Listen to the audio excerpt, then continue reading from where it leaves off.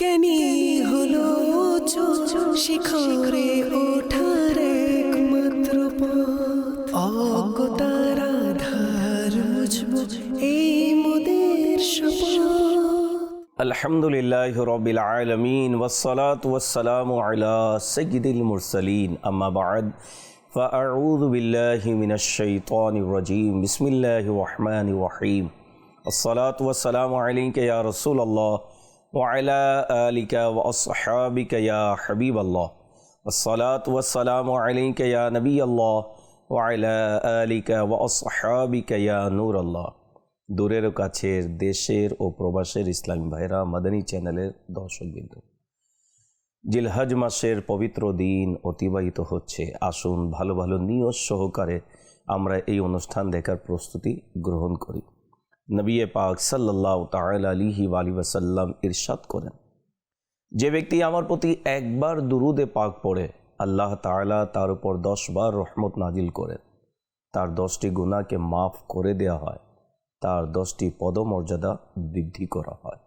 সাল্লু আলাল হাবিব সাল্লাল্লাহু তাআলা আলা মুহাম্মদ সাল্লাল্লাহু আলাইহি ওয়াসাল্লাম।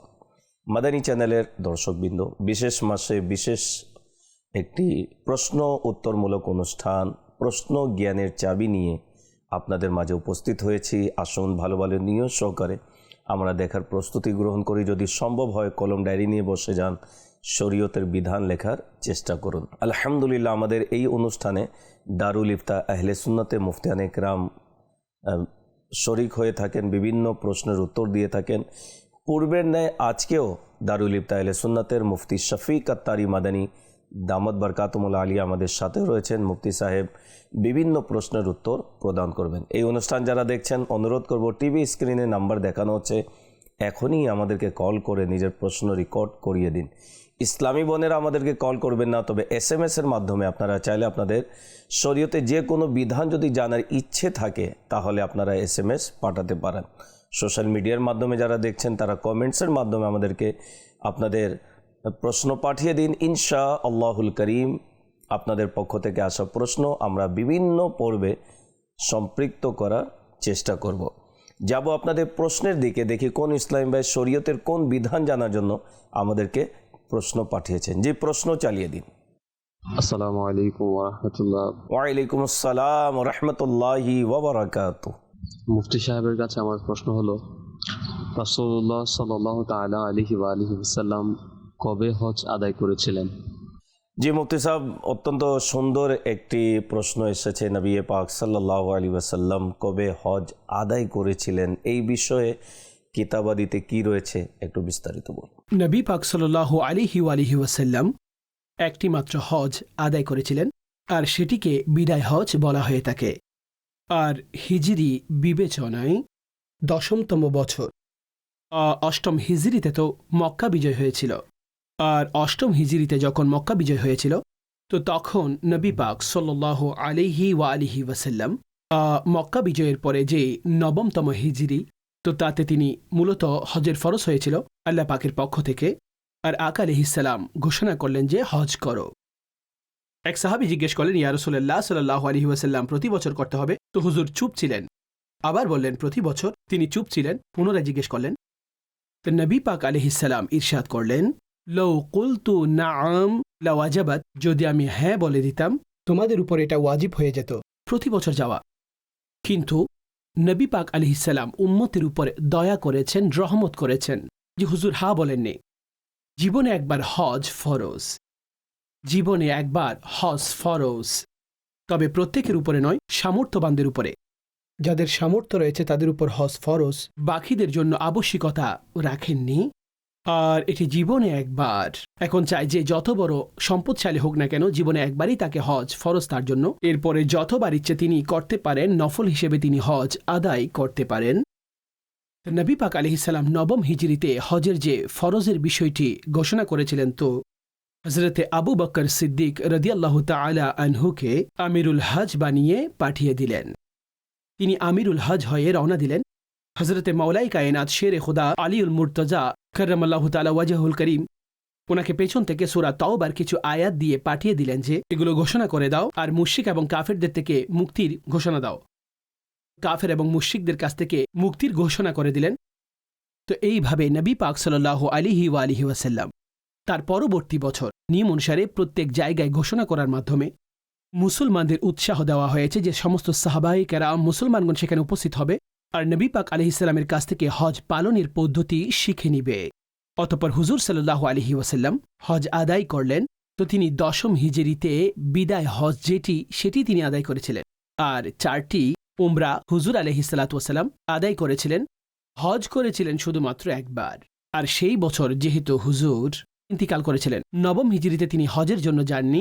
অনেক উলামাগণ এই ব্যাপারে হিকমত বর্ণনা করেছেন। তার মধ্যে একটি হলো যে এখনও মক্কার মুশরিকরা সেই মক্কার মধ্যে মজুদ রয়েছে। তারা নিজেদের জন্য বিভিন্ন জায়গায় মূর্তি স্থাপন করেছিল। তো যখন এই আয়াত নাজিল হলো তো মুশরিকদের কাছ থেকে মুক্তির ঘোষণা হলো যে যখন বছর পূর্ণ হবে আর কোনো মুশরিক এখানে আসবে না। অতঃপর তাদের নিষেধ হয়ে গেল। তো হুজুর আলাইহিস সালাম পছন্দ করেছিলেন যে তিনি যাবেন যেহেতু একনিষ্ঠভাবে। সেখানে মুসলমানগণ ছিলেন, সাহাবীগণ ছিলেন, আর সেখানে কোনো ধরনের কোনো মূর্তি দৃশ্যমান হয়নি। তো এইভাবে হুজুর আলাইহিস সালাম 10ম হিজরিতে হজ আদায় করেছিলেন। মাশাআল্লাহ, অত্যন্ত সুন্দরভাবে মুফতি সাহেব হুজুর সাল্লাল্লাহু আলাইহি ওয়াসাল্লাম এর হজ সম্পর্কে আমাদেরকে মাশাআল্লাহ তিনি গুরুত্বপূর্ণ তথ্য দিয়েছেন। আল্লাহ তাবারাক ওয়া তাআলা নবী পাক সাল্লাল্লাহু আলাইহি ওয়াসাল্লাম এর উসিলায় আমাদেরকেও হাজি বানিয়ে দিক। জি, পরবর্তী প্রশ্ন চালিয়ে দিন। আসসালামু আলাইকুম রহমতুল্লাহি ওয়া বারাকাতুহু। ওয়ালাইকুম আসসালাম ওয়া রাহমাতুল্লাহি ওয়া বারাকাতুহু। হুজুরের নিকটে আমার প্রশ্ন হলো যে ইহরামের চাদরগুলো কি পরিবর্তন করা যায় নাকি হজ ও উমরা না করা পর্যন্ত একই ইহরাম পরে থাকতে হয়? জি মুফতি সাহেব, এই বিষয়ে শরীয়তের কি বিধান একটু বিস্তারিত বলুন। ইহরামের চাদর এটি পরিবর্তন করা যেতে পারে। মানুষ মনে করেন যে ইহরামের যে কাপড়টি এটি যতক্ষণ পর্যন্ত হজের সমস্ত আরকান শেষ হবে না ততক্ষণ পর্যন্ত পরিবর্তন করতে পারবেন না। যখন মিকাত অতিক্রম করছেন আপনি সেই নিয়ত করলেন এবং তালবিয়া পাঠ করলেন। এখন সেই সময় অতঃপর তালবিয়া নিয়ত যখন হয়ে যায় তখন সেলাইকৃত কাপড় আপনি পরতে পারবেন না। চাদর দ্বারা উদ্দেশ্য এটা নয় যে যতক্ষণ উমরা শেষ হবে না ততক্ষণ চাদর পরিবর্তন করতে পারবেন না। হজ শেষ না করলে চাদর পরিবর্তন করতে পারবেন না। তো চাদর পাল্টাতে কোনো অসুবিধা নেই। আর অনেক সময় চাদর পাল্টানো জরুরি হয়ে যায়। এখন চাদরের কোথাও নাপাক লেগে গেলে এখন কি পাক করবেন নাকি এটা পরিবর্তন করবেন? তো এই চাদর খুলে রেখে দিলেন, আরেকটি পরে নিলেন, এতে কোনো অসুবিধা নেই, আপনি সেলাইকৃত কাপড় পরেননি। তো এই জন্য যদি চাদর ময়লাযুক্ত হয়ে যায় তো তখন সেটা পরিবর্তন করতে পারবেন। অনেক সময় এতটা ঘাম দুর্গন্ধ চলে আসে। আর হজের দিনসমূহে বিশেষ করে যখন এতগুলো দিন লাগাতার হেরাম পরেন, অনুরূপভাবে উমরার ক্ষেত্রেও এমনটা হয়ে যায়। তো এই চাদর পরিবর্তন করলে তখনও কোনো অসুবিধা নেই। আর যদি এটাতে নাপাকি লেগে যায় তখন পাক করাটা জরুরি। এখন চাই আপনি এটা পাক করুন কিংবা আরেকটি পরে নিন, তো এভাবেও হতে পারে। তো এতে কোনো ধরনের কোনো অসুবিধা নেই। এটা মনে করা যে যতক্ষণ হেরাম না থাকে, যতক্ষণ উমরার সমস্ত কিছু আদায় করেননি, হজের সব কিছু আদায় করেননি, এই চাদরেই থাকবে, তো এটা একেবারে ভুল, এমনটা নয়। মাশাআল্লাহ, অত্যন্ত সুন্দরভাবে মুফতি সাহেব উত্তর প্রদান করেছেন। আশা রাখি যে ইসলামে প্রশ্ন করেছেন নিজে উত্তর পেয়ে গিয়েছেন। আপনার মাধ্যমে মাদানী চ্যানেলের দর্শকবৃন্দ যারা হজে গিয়েছেন, আশা রাখি এই বিষয়ে যে একটা আমাদের ভুল ধারণা ছিল যে শুধুমাত্র একটাই এহরাম পরে থাকতে হবে শেষ পর্যন্ত, এরূপ শরীয়তের বিধান নেই। শরীয়ত আমাদেরকে ছাড় দিয়েছে, দিক নির্দেশনা দিয়েছে এহরামের ব্যাপারে। জি, পরবর্তী প্রশ্ন চালিয়ে দিন। আসসালামু আলাইকুম রাহমাতুল্লাহ। ওয়ালাইকুম আসসালাম ওয়া রাহমাতুল্লাহি ওয়া বারাকাতুহু। হুজুরের কাছে আমার প্রশ্ন হলো, যদি কোরবানির পশু মারা যায় তাহলে কি নতুন কোনো পশু কিনে কোরবানি দিতে হবে? জি মুফতি সাহেব, কি বলবেন? কেউ কোরবানিকৃত পশু নিয়ে আসলো, কোনো কারণে মারা গেল, এখন শরীয়তের বিধান কি এই বিষয়ে একটু বিস্তারিত। কুরবানির প্রাণী যদি মরে যায় তো একেবারে যাদের উপর কুরবানি ওয়াজিব হয়েছে তো তাদের আরেকটি নতুন প্রাণী নিতে হবে। দুই শ্রেণীর মানুষ, এক শ্রেণীর মানুষ যাদের কুরবানি ওয়াজিব নয়, যাদের উপর কুরবানি ওয়াজিব নয়, বরং তারা এমনি শখ করে পশু নিয়েছেন, এখন কুরবানির প্রাণী মারা গেলে তো আলাদা নিতে হবে না, আর নতুন প্রাণী ক্রয় করা এটাও তাদের উপর ওয়াজিব নয়। তারা নিতে চাইলেও তাদের ইচ্ছা, না নিলেও তাদের ইচ্ছা। আর যাদের উপর কুরবানি ওয়াজিব করা হয়েছে অর্থাৎ তিনি সাহেবে নিসাব শর্ত পূর্ণ হয়েছে তো তাদের উপরে, তো তার ক্ষেত্রে কুরবানির জন্য প্রাণী নতুন নিতে হবে, কুরবানি করতে হবে। চায় তিনি নতুন প্রাণী ক্রয় করুন কিংবা বড় কোনো প্রাণীর সাথে শরিক হয়ে কুরবানি করুন। তিনি এটা করতে পারবেন না যে কুরবানির জন্য তিনি প্রাণী নিয়েছিলেন সেটা মারা গিয়েছে, এখন তিনি কুরবানি করবেন না, এটা এখন শেষ। এভাবে শেষ হয়ে যায় না, তার উপর যে ওয়াজিব ছিল সে ওয়াজিব থেকে যাবে, তাকে নতুন কিনতে হবে। হ্যাঁ, তার জন্য এটা আবশ্যিক নয় যে এইভাবে আগের প্রাণীটি বেশি টাকা দিয়ে ক্রয় করেছিলেন সেভাবে এখন অনুরূপ ক্রয় করতে হবে না। তিনি চাই সেই দামে কিনুন কিংবা কম দামে কিনে নিয়ে আসুন। যে সমস্ত কুরবানির শর্তসমূহ, যে সমস্ত নিসাবসমূহ রয়েছে সে অনুযায়ী কুরবানির জন্য সেটি জবাই করতে পারেন। হ্যাঁ, কিছু অবস্থা এমন রয়েছে যে তাকে সেই রকমই আনতে হবে কিংবা তার চেয়েও ভালো আনতে হবে। এক্ষেত্রে জরুরি কিছু আহকাম রয়েছে, সেটা হচ্ছে কুরবানির প্রাণী পরিবর্তন করা, যে এটি জায়েজ আছে কি নেই। দীর্ঘ আলোচনা, কখন পরিবর্তন জায়েজ কখন পরিবর্তন জায়েজ নেই। তো কুরবানির জন্য যখন কোনো ধনী ব্যক্তি, সম্পদশালী সাহেবে নিসাব ব্যক্তি প্রাণী নিয়ে আসলেন, এখন মন চাচ্ছে সেটা পরিবর্তন করতে, সেক্ষেত্রে প্রথমটির চাইতেও ভালো যদি তিনি নিয়ে আসতে পারেন তাহলে পরিবর্তন জায়েজ রয়েছে। যেমন এটি তিনি 50,000 দিয়ে নিয়েছেন, এখন তিনি চাচ্ছেন এটা আমি বিক্রি করার পরে 60,000 কিংবা 80,000 টাকায় প্রাণী কিনব, তার জন্য অনুমতি রয়েছে, তিনি নিতে পারবেন। আর যদি তিনি এটা চান যে আমি এই জায়গায় 60 কিংবা 80,000-এর নয়, বরং এটির দাম 50,000 টাকা আর এর চেয়ে কম দামে কিনে আনবো, এটা বিক্রি করে 40,000 টাকা কিনব, তো এটা তো জায়েজই নেই। আর যদি তিনি এভাবে করেও ফেলেন তাহলে যে টাকা বাঁচিয়েছেন সেটা সাদকা করে দিতে হবে, কেননা একবার যেহেতু আপনি নিয়ত করে ফেলেছেন এমনটা আর করতে পারবেন না। তো এটা তো কুরবানির প্রাণী বদল করার ব্যাপারে যে হাকাম রয়েছে সে ব্যাপারে বলেছি, কিন্তু প্রাণী যদি মারা যায় তাহলে তার তো কোনো এখানে দোষ নেই। তো সেক্ষেত্রে যদি তিনি তার কম দামেও প্রাণী নিয়ে আসেন তার কুরবানি আদায় হয়ে যাবে। মাশাআল্লাহ, অত্যন্ত সুন্দরভাবে চমৎকার প্রশ্নের উত্তর প্রদান করেছেন। জি, পরবর্তী প্রশ্ন চালিয়ে দিন। আসসালামু আলাইকুম রহমতুল্লাহ। ওয়ালাইকুম আসসালাম রাহমাতুল্লাহি ওয়া বারাকাতুহু। হুজুরের কাছে আমার প্রশ্ন, কাবা শরীফকে দেখাও কি ইবাদত? জি, মুফতি সাহেব কি বলবেন এ বিষয়ে? কাবা দেখা ইবাদত কিনা, একটু বিস্তারিত বলুন। জি হ্যাঁ, কাবায়ে মুআজ্জামাকে অবলোকন করা, দেখা, এতেও সওয়াব রয়েছে, আল্লাহ এতে সওয়াব দান করেন। আল্লাহর বিশেষ এমন 120টি রহমত রয়েছে যা নাজিল হয়। 60টি রহমত তিনি পান যিনি তাওয়াফ করছেন, 40টি তার জন্য যিনি কাবার মধ্যে নামাজ পড়ছেন, আর 20টি রহমত তার জন্য যিনি কাবাকে দেখছেন, মনোযোগ সহকারে দেখছেন। তো তসবিহ ইত্যাদি কোনো কিছুই করছেন না, বাস কাবাকে তিনি দেখছেন। এর জন্য আল্লাহ আপনাকে বিনিময় দান করেন, সওয়াব দান করেন। তো কাবা দেখতে থাকুন, কাবাকে দেখা এটাও সওয়াবের কাজ। আল্লাহ আপনাকে সেখানে ডেকেছেন, যারা যাবেন, যারা যাচ্ছেন কিংবা আকাঙ্ক্ষা রাখেন, যাদের অন্তরে এই নিয়ত রয়েছে, আল্লাহ সবার আকাঙ্ক্ষা পূরণ করুন আর মকবুল হজ দান করুন, আমিন। মাশাআল্লাহ, অত্যন্ত সুন্দরভাবে মুফতি সাহেব উত্তর প্রদান করেছেন। হুজুরের কাছে একটি প্রশ্ন হচ্ছে, কাবাকে জড়িয়ে ধরা, চুমু দেয়া, গাল স্পর্শ করানো, চুম্বন করে চোখে লাগানো কেমন? শরীয়ত এই বিষয় কি বলেছে? দেখা গিয়েছে অনেক হাজি তাওয়াফকারী তারা কাবাতুল্লাহ শরীফ এর দেয়ালকে চুমু দেয়, চোখে লাগায়, তো এই বিষয়ে শরীয়তের কি বিধান, একটু বিস্তারিত বলুন। কাবার সাথে লেগে যাওয়া, লেগে গিয়ে দোয়া করা, সুবহানাল্লাহ, এটি একটি সৌভাগ্যের বিষয়। কাবার গিলাপের সাথে নিজেকে জড়িয়ে নেওয়া, চুমু দেওয়া, চোখের সাথে লাগানো, এটি অনেক মুবারক সময়, মুবারক অবস্থান। আর সৌভাগ্যবশত বাবে কাবার পাশে মুস্তাজাবের মধ্যে অনুরূপভাবে হাতিমে কাবা, সুবহানাল্লাহ, এটি আরও অধিক বরকতপূর্ণ একটি জায়গা। কিন্তু এটা মনে রাখবেন, কাবার সাথে নিজেকে জড়িয়ে নেওয়া কিংবা এইভাবে অন্যান্য বিষয়াবলী, তো যেহেতু যখন ইহরামরত অবস্থায় থাকবেন সে অবস্থায় সুগন্ধি নিষেধ রয়েছে, তো এটা সাধারণ বিষয় যে কাবার গিলাপের সাথে অনেক বেশি সুগন্ধি লাগানো হয়, সুগন্ধি থাকে সেখানে।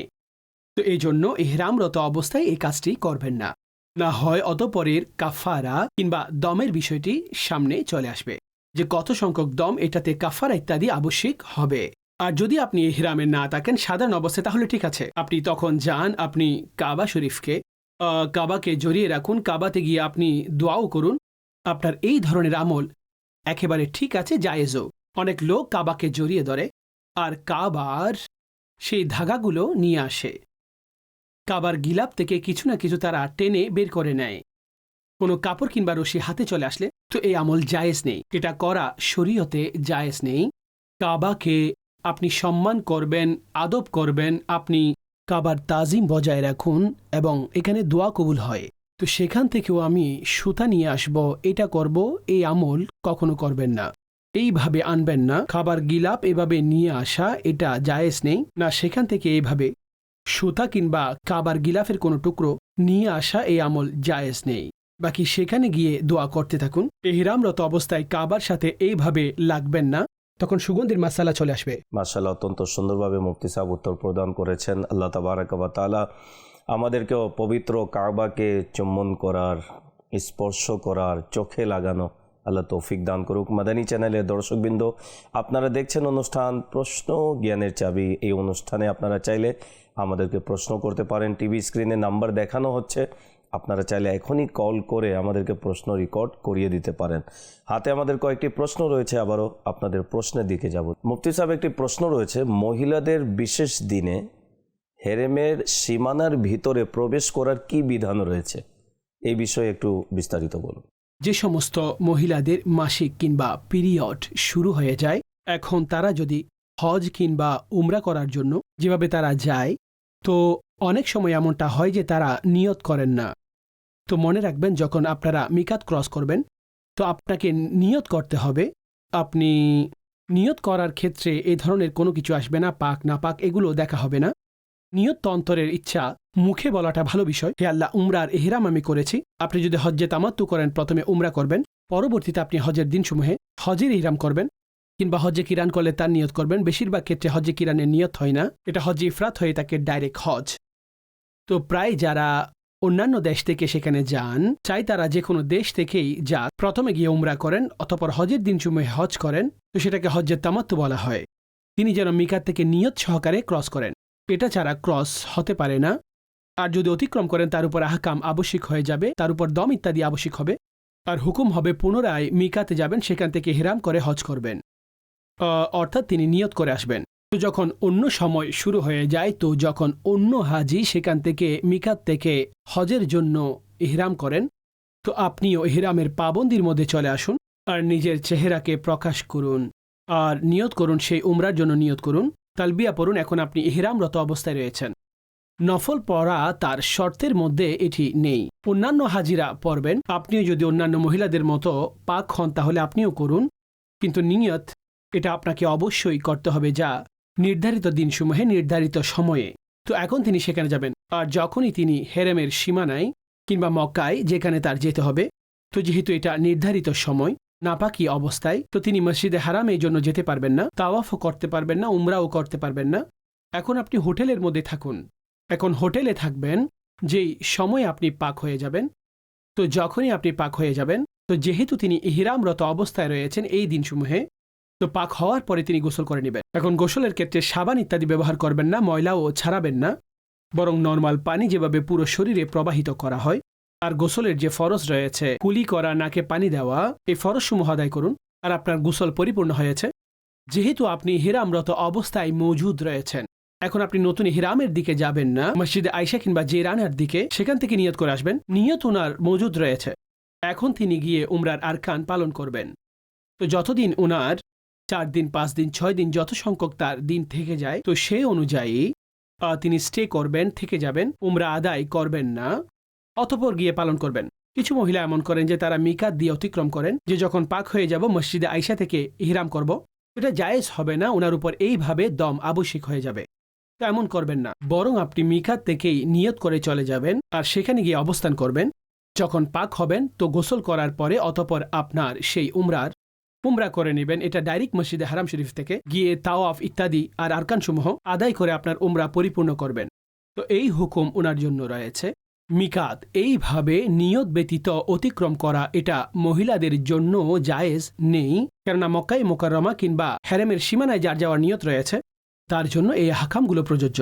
মাশাআল্লাহ, অত্যন্ত সুন্দরভাবে মুফতি সাহেব বিভিন্ন প্রশ্নের উত্তর প্রদান করেছেন মাদানী চ্যানেলের দর্শকবৃন্দ। আশা রাখি এহরাম সম্পর্কে, তাওয়াফ সম্পর্কে, কাবাতুল্লাহ শরীফের মর্যাদা সম্পর্কে আজকে অনেক কিছু আমরা শিখতে এবং জানতে পেরেছি। আল্লাহ তাবারাক ওয়া তাআলা আমাদেরকে শরীয়তের বিধান শিখার, তার উপর আমল করার তৌফিক দান করুক। যারাই আমাদেরকে কল করে উৎসাহিত করেছেন, আল্লাহ তাআলা প্রত্যেককে বরকত দান করুক। পরবর্তী অনুষ্ঠান দেখার আমন্ত্রণ জানিয়ে বিদায় নিচ্ছি। সাল্লু আলাল হাবিব সাল্লাল্লাহু তাআলা আলা মুহাম্মদ সাল্লাল্লাহু আলাইহি ওয়াসাল্লাম। জ্ঞানী হলো শিখরে ওঠার একমাত্র পথ, অজ্ঞতার আধার মুছবো এই মোদের শপথ।